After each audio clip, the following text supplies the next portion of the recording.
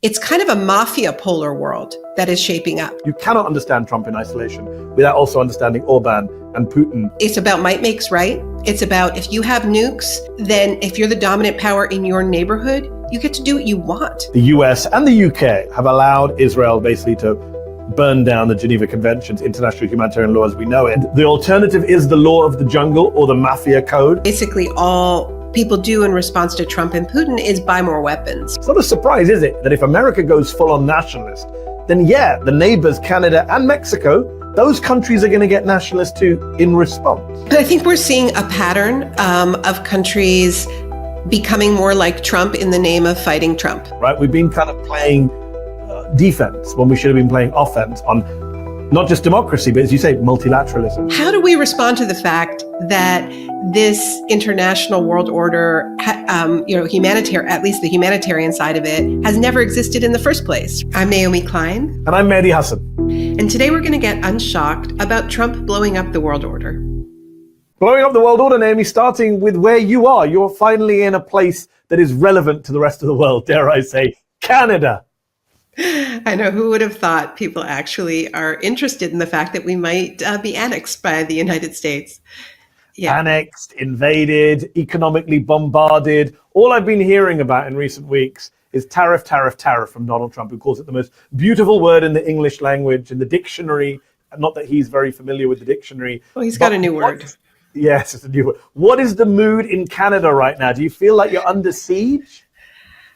There are a lot of hockey metaphors, and Mehdi, I have to tell you, it's a little tough on me, just as a non-hockey person. Like the elbows out, yep, and the gloves off. There's a lot. We're in full sort of hockey fight mode, I suppose. There's a lot of Canadian flags everywhere. There's a lot of buy Canadian. There's a lot of people canceling their holidays in the United States, canceling book tours. So there's a lot of economic nationalism, and there are belated debates happening about more sophisticated ways that we might respond beyond just a straight up kind of mirror of America first with Canada first.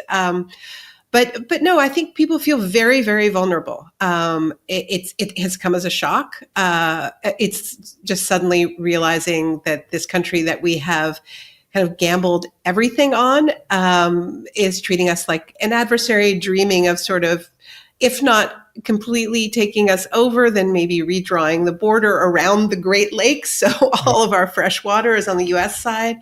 I kind of came of age in the free trade era. I have this vivid memory I was still in high school when the first election was fought over the free trade agreement with the United States. And it was between the conservatives and the liberals. And there was this very famous ad where the border between Canada and the US was erased. And this was a liberal attack ad on the conservatives, that this is what they want to do. They want to erase the line between Canada and the US. So this has always been the kind of Canadian nightmare, to be honest. And it is frightening, especially as we see, I mean, as I know you're a proud U.S. citizen, but the degeneration of the United States. I mean, I'm not a particularly a nationalist person, but there are things that set our countries apart, like the fact that we have universal public health care, like the fact that we invest in our public broadcaster not nearly as much as we should, and so this idea that we could lose these sort of precarious differences that are nonetheless really important, when I think we need more of it, we need more investments in our public sphere, not less. So yeah, it's a frightening time. And it's not just being annexed by America, as you say, it's Trump's America. It's not Obama's America that's trying to annex you. It's Donald Trump's America, term two. And it's so funny that you talk about it being a nightmare, because I don't think Canadians were up, losing sleep even in Trump 1, that this would happen. This has almost come out of nowhere, his obsession with Greenland and Panama and Canada. It wasn't really there on the election campaign trail. He didn't talk a lot about it while he was, holed up in Mar-a-Lago. Yeah. It wasn't a big term one theme. But now, as part of this kind of economic war that he thinks he's launching, this nationalist agenda, yes, as you mentioned, the New York Times reports that in a call with Justin Trudeau on February 3rd, Trump told Mr. Trudeau that he did not believe that the treaty that demarcates the border between the two countries was valid. I mean, that's out of nowhere. I've never heard Trump or any other American nationalist say that. Even the excuse that he's giving for these Paris tariffs today of fentanyl is completely bogus, completely unjustified, completely false. So we actually have to fold back on the one thing he has said repeatedly, that what he wants is to see a total collapse of the Canadian economy, because that'll make it easier to annex us. We will never be the 51st state. But yeah, he can do damage to the Canadian economy, and he's started this morning. But he is rapidly going to find out, as American families are going to find out, that that's going to hurt people on both sides of the border. Americans will lose jobs. Americans will be paying more for groceries, for gas, for cars, for homes. You mentioned that Canadians are getting very, very patriotic and, dare I say, nationalistic. It's not a surprise, is it, that if America goes full-on nationalist, then yeah, the neighbors, Canada and Mexico, where the president's been drawing huge crowds, those countries are going to get nationalist too in response. Mm-hmm. Yeah, and I mean, definitely taking on Trump seems to be very good for any politician's fortunes. I mean, we're seeing this with Starmer's poll ratings. We're seeing it with Zelensky, even Trudeau, who just a few weeks ago people couldn't wait to see the back of him. There's been a lot of appreciation for him in his final days in office. So yeah, I think, this is the great irony of the way Trump is uniting countries against him, uniting the world against him. But we do, it should be a real wake-up call for Canada. Just thinking about this is a model of economic integration that many of us opposed in the first place, precisely because it made us vulnerable to these types of shocks, like being dependent on a single trading partner for so much of your national revenue, or even being dependent, in the case of Canada, we're so dependent on raw resource exports, for instance, right? Or car parts, not the finished cars, right? So all of this makes a country not resilient, very vulnerable to, in the past, it's mainly been focused on price fluctuations. But now what we're seeing is it's also very vulnerable to quixotic presidents who, have a new shiny idea. And in the case of Trump, I wasn't as surprised as a lot of other people, because unfortunately I do still listen to Steve Bannon a lot. And this idea has been rattling around in MAGA media for a while.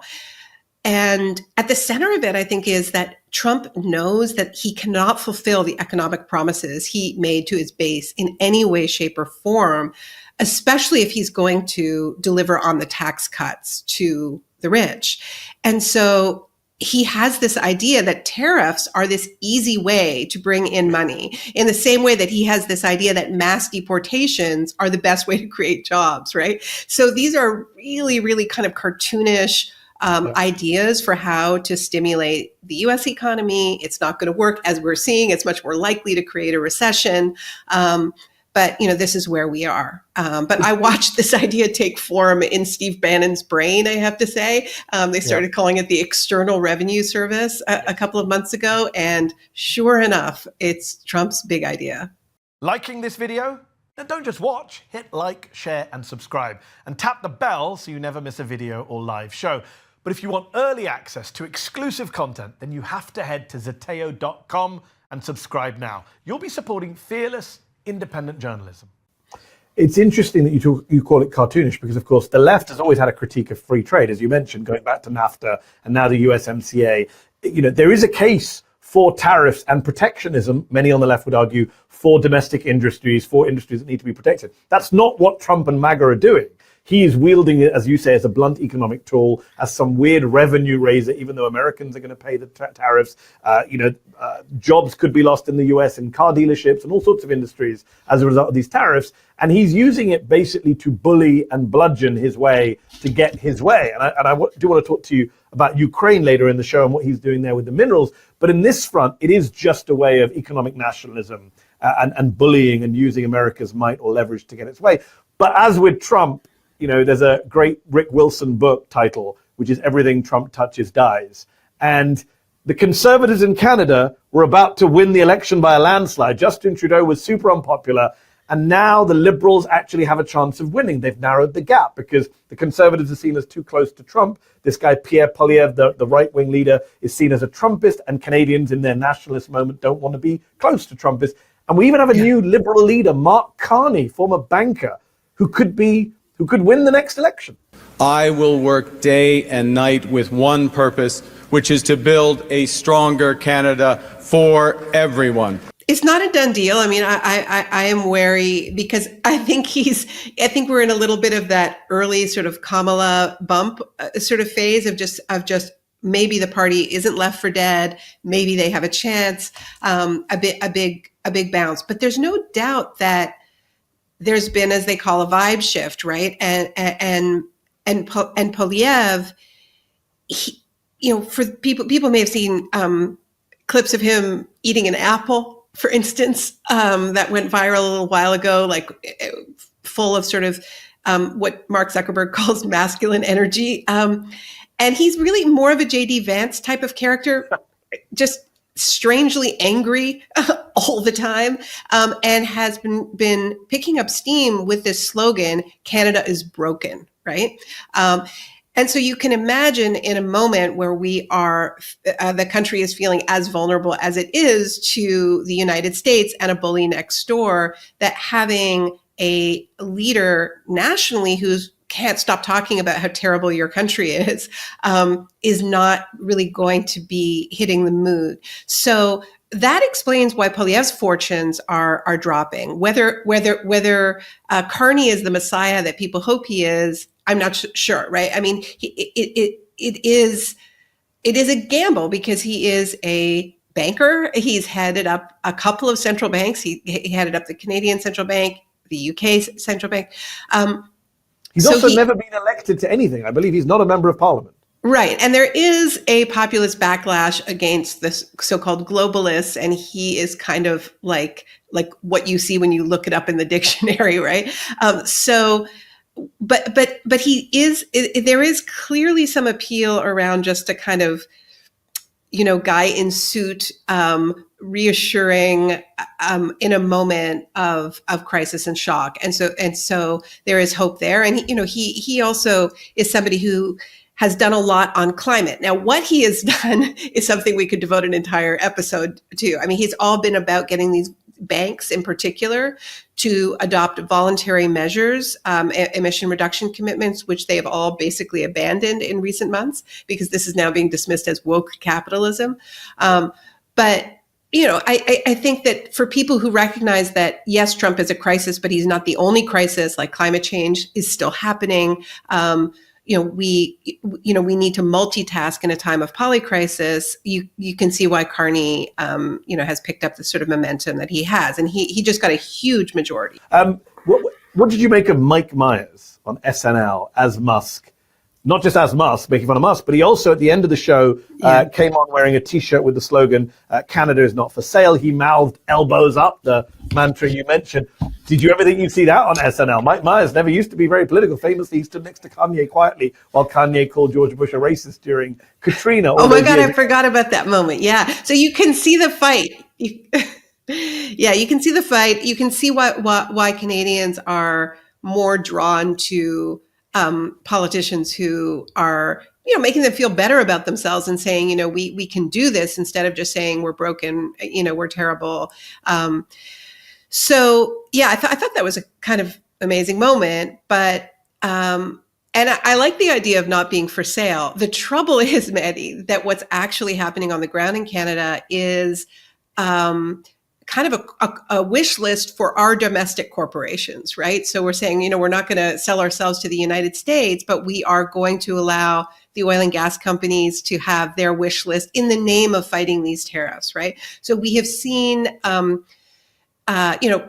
not to repeat myself, but it's kind of an example of the shock doctrine, right? So the shock is the U.S. tariffs, and lo and behold, the wish list appears, right? We want more deregulation. We want fewer environmental protection. So all of these mines, pipelines that have, that have either been defeated because they were seen as violating indigenous rights or being coming to at too high of a climate cost, are now suddenly back on the books in the name of, if we can't ship to the United States, we have to ship to China. We have to, it's a little bit incoherent. It's a little bit the way the oil and gas sector responded to the invasion of Ukraine, right? Where you remember, like they immediately took advantage of that to say, well, this is why we need to frack like crazy domestically. So we're dealing with that in Canada. But we are also starting to see a more sophisticated pushback, which is saying, no, actually, what we need is to stop being a resource colony for anyone. We need to, have more manufacturing, more value added, as they say, right? Instead of just like changing who we ship raw logs to and gas and oil and iron ore or whatever it is. So let's hope that that's actually what comes out of this moment.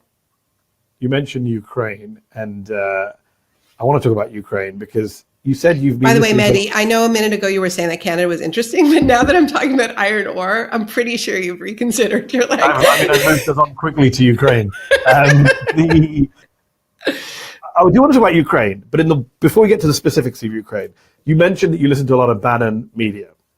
How surprised were you? Because I spent a lot of last year saying if Trump wins, he's not a dove, he's actually a hawk. He's a guy who likes war, likes bullying people. Watch out for war with Iran. Watch out for escalation with China. I didn't expect he would be picking a fight with Canada, with Denmark, with Colombia and Panama. And Ukraine, obviously, we knew that the Republicans were, turning on Zelensky in Ukraine. And Mexico. And soft on Putin. But even I have never seen anything like that now infamous Oval Office meeting between Zelensky, Vance and Trump. From the very beginning of the war, you're not in a good position. You don't have the cards right now. With us, you start having cards. We went to Pennsylvania and campaigned for the opposition in October. Offer some words of appreciation for the United States of America and the president who's trying to save your country. So the question is, did you see this coming? Did you see the complete abandonment of Ukraine? And a lot of people have a lot of theories about why. But isn't that really what's shocking us? It's that he's come to power and he's not just picking fights with the usual American enemies, he's picking fights with long-standing allies. Yeah, I mean, I can't say I saw it coming. And just to continue a little bit more on, beyond that Oval Office meeting, right, we heard a follow-up from Vance saying, there could be no better security guarantee than having American economic interests in Ukraine, right? Yeah, like sign the minerals deal. Sign the minerals deal, and you'll be safe forever. Which I would just say, have a look at Canada, because our resource sector is dominated by U.S. companies. I mean, if you go to Calgary, the skyline is Shell, ExxonMobil, all the big American mining giants, have a free-for-all in Canada. And that has not protected us from having, being threatened with being forcibly turned into the 51st state. So I'd take a pass on that deal if I were him. I think what we're seeing is, for a long time on the left, and I know, we've both heard this in the context of Syria, in the context of Ukraine, this idea that really what the goal should be is a multipolar world, right? And I am all for dispersals of power, a more democratic world order. I don't think it's safe for anyone for the U.S. to be the dominant power that it is in the world, have there be a single pole, for precisely the reason that we have seen and now are seeing an accelerated form with Trump, right? But the idea of just having a multipolar world is not any kind of end in itself, as I think we're seeing with the Trump-Putin alliance. It's kind of a mafia polar world that is shaping up, right? Where, I know some people want to argue that this is all just about Trump being Putin's stooge.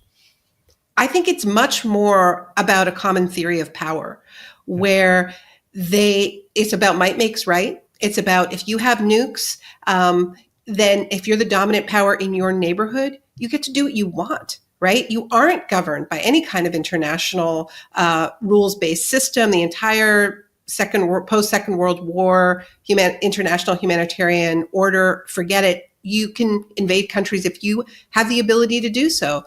So I think that they have a common view of power. And I think that they also understand that we are entering into an era of increased instability.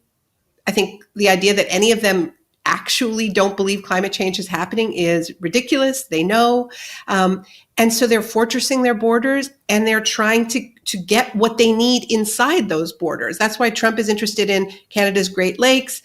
It's why Putin is interested in Ukraine's agricultural land. I mean, they're trying to take what they need. I think Asia is much more complicated because you've got India and China battling over who's going to be the dominant power. But I think this is what, I've been thinking. It's not a multipolar world; it's a mafia-polar world, and it's not what we should be striving towards. And this is why we actually have those rules in the first place. It's convenient for Trump to be part of a mafia-polar world because he comes from a very mafia background, having done construction in New York for all these years. We know he's interacted with mob bosses. We know he's had lawyers who worked for the mob. And we know that he likes that approach to power of the nudging and the winking, of the trading of favors and threats, the settling of scores. He is very much a mafioso president. And you're applying that globally and saying, well, he's looking around and saying, well, sure, Putin should be able to do what he wants in his neighborhood, in his turf, and I should be able to do what I want to do on my turf, and who knows what Xi Jinping can do on his turf. And I've been saying this for a while. We said it on this show before. I've been saying it for years. You cannot understand Trump in isolation without also understanding Orban and Putin and all of the rest of them, the MBSs, the Xi Jinpings, etc., the Netanyahus, who are doing similar things. I mean, Israel is also extracting resources from its neighbors who it occupies in different ways. And I think you're right to highlight that. The question then becomes, from a left perspective, I hear a lot of progressives, a lot of leftists say, it's fine if he's doing it for the wrong reasons. The end goal is something we share, this idea of tearing it all down. You hear this phrase all the time in domestic American politics, burn it down, right? People hate the establishment, whether it's the domestic political establishment in DC or the global establishment of the IMF, the World Bank, et cetera, et cetera. How dangerous is that line of thinking in your view? What are we tearing down exactly? I think people are... Just to be clear, Elon Musk is on record, the top guy in the US government, some would say the shadow president, saying now we should pull out of the UN and NATO. Now, I know the left has its mixed views on NATO, but the UN? Mm-hmm. Yeah, and they pulled out of the World Trade the World Health Organization, and the Paris Accord. I withdrew from the corrupt World Health Organization.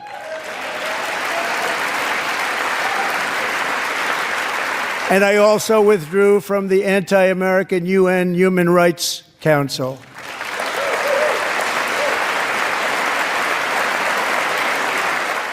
I get why people are cynical about it, right? I mean, the climate infrastructure, right, that the Paris Accord is part of, the United Nations Framework Convention on Climate Change, it has been a source of tremendous frustration because it is so weak, right? Because the agreements are non-binding. They're basically voluntary.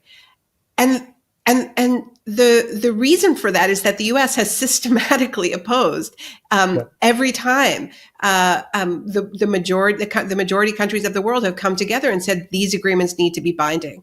The UN has tried to come together to stop the genocide in Gaza, and at every single turn, the U.S. has used its veto at the Security Council.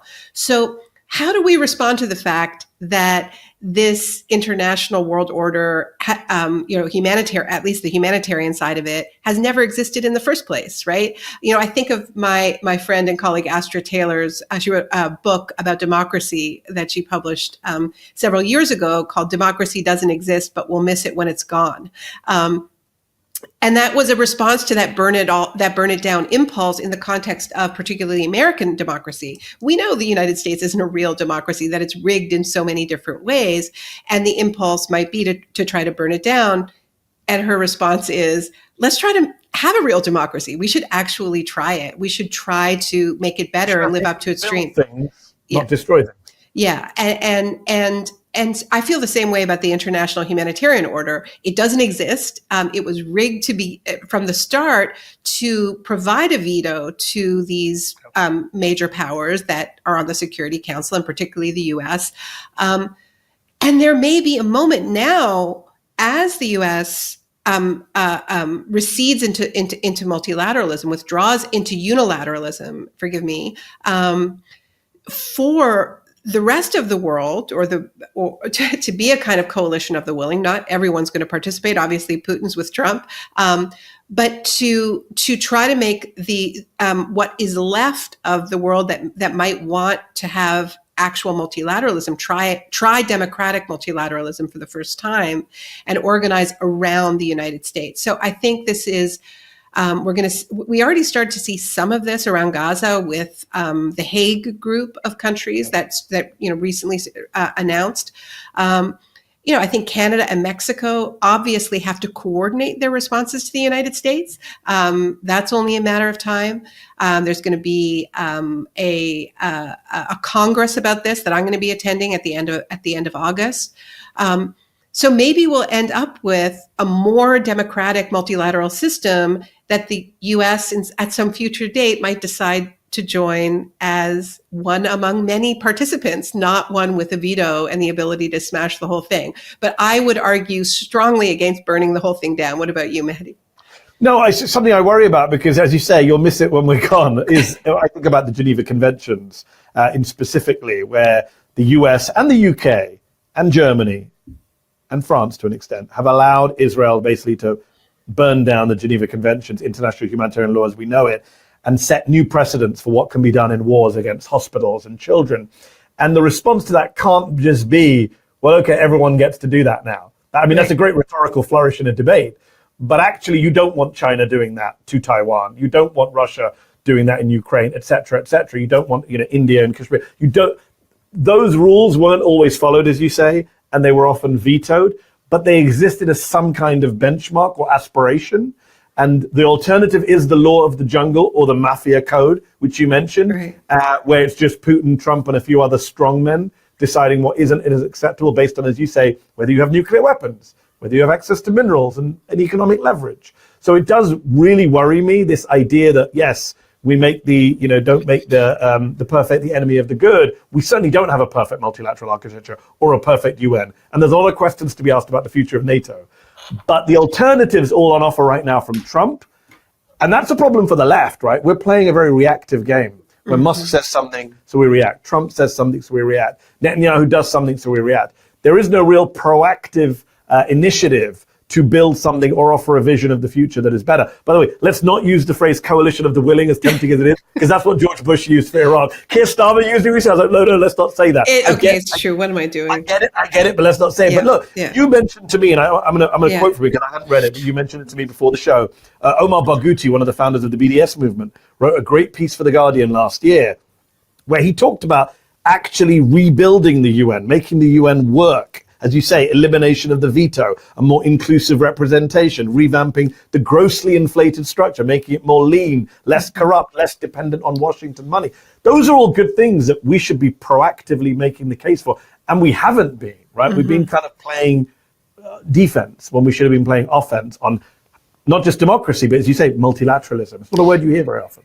Yeah, and I think that and the risk, of course, in a moment like this is that rather than going in that direction, basically all people do in response to Trump and Putin is buy more weapons, right? And we're seeing some of this from the EU, and I think that that's a pretty grim future. It's just that whatever money is left over in this world goes to AI and weapons, and not to responding to the underlying drivers of crisis.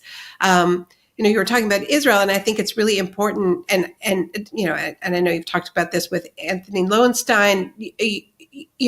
It always markets itself as a laboratory for these technologies. Trump is now talking about not just an iron dome, but a golden dome. So that we're accelerating very. I know it's just too much. National security initiative into gold, like his freaking toilets in his apartment. Like gold, yes, gold cards instead of green cards. As if from Mexico, like who's shelling us that an iron dome would protect? It's insane. But as you say, the laboratory is certainly there. And that impulse, as you said earlier, to fortress your country off very much is there. I don't think Democrats, for sure, here in the US have quite struck upon that language that you used, which is identifying this idea of steal resources, build bigger walls and broader borders, pull in as much as you can. And there is this sense, isn't there, of like, well, Latin America's always been America's backyard. I didn't realize Canada was as well. And the Russians get to have Crimea and Donbass as their backyard. There is a symmetry there. And I guess Canadians and Ukrainians can feel some solidarity right now. Yeah, I mean, and I think that there was huge support for Ukraine and Canada, in part because even though we weren't in quite as vulnerable a position, I think we understood what it means to live next door to a nuclear superpower, and what this precedent would mean. But yeah, I mean, I just want to stress that I feel like, in moments of crisis, we forget about the climate crisis. We forget about climate breakdown. But I believe that the planet is a player in all of this, and that this is a really important backdrop for us to understand a logic behind all of this. In the past, we've talked about Gustavo Petro, the president of Colombia, talking about Palestine as a preview for what the global South and the poor of the world will face on the borders of the world, right? So this really is a choice point about whether or not we're going to go to this fortress model, overwhelmingly the richest countries in the world, create their various kinds of iron domes, and sort of do mass hoarding, right? During times of crisis, we buy bottled water and toilet paper, and Donald Trump wants the Great Lakes, and Greenland, right? I mean, it's the same kind of logic. And what multilateralism offers is a actual mechanism for thinking about how we solve problems together. So I think it would be a terrible mistake to take a burn it down approach just when we need it most. It's such a good line you said there, that the planet is a player, because I do feel it will intrude upon Trumpian realities. This idea that the Trump folks can just live in an alternative universe until the planet intrudes. I'm sure you saw Pete Hegseth, the new defense secretary, ex-Fox host, saying the Pentagon doesn't do that climate crap anymore, is what he said this week. He went out of his way to say they're removing all climate references from Pentagon planning documents. The Pentagon actually was a big player in the climate debate in recent years, pointing out the national security risks, the resource wars. And as you say, he can call it climate crap. But when US military bases are facing flooding, and when US troops are facing resource wars, the climate's going to be very much part of what generals are planning for, even if Pete Hegseth is not. And it will intrude its way in. And Greenland is another example of that, where it's in the Arctic. The Chinese apparently have designs, the Russians. Trump is now saying quite openly, and I was told, by anti-imperialist left, Trump will be anti-war. He stands in his address to Congress and says, we're going to get you one way or another. We're just going to take it. Yeah. And I mean, by the way, a lot of this becomes more economically attractive and viable because of climate change, right? I mean, a lot of the oil becomes available because of melting sea ice. So whether or not it's on the website or not, or they're talking about it publicly, they all know that's why there is the increased attention and interest in the North for resource extraction. I mean, and the other thing about this is that, all these Silicon Valley players around Trump, Musk knows about climate change. He's the electric car guy. He's the one saying we need to colonize Mars because the Earth is probably going to become uninhabitable. So it's not about whether or not they, are denying it or not denying, or naming it or not naming it. They absolutely know. And the question is, how are we going to respond to this age of serial shocks and mass migration? Are we going to respond with fortresses, with more militarism, with allowing people to die in huge numbers on our borders, or killing them ourselves? Or are we going to come up with something else? I mean, this is really the sort of, Rosa Luxemburg said socialism or barbarism. I say eco-socialism or barbarism. That's where we're at. But it is the existential question. And what is the choice? What is the response? Like you, and you said this earlier, I'm worried about that all the wrong lessons are being taken by especially European governments. They still want to play a big role on climate, yes. But for example, take the aid debate, where Trump has basically dismantled USAID, taken the United States out of the aid arena, if I can use that phrase. And the response from the British in particular has been, well, we're going to do the same thing. We're going to up our defense spending and cut the aid budget, which is precisely the wrong lesson. I get it. You're worried about Putin. I get the idea that Europe has to be able to defend itself. It can't rely on the US security guarantee or nuclear umbrella. I get all of that.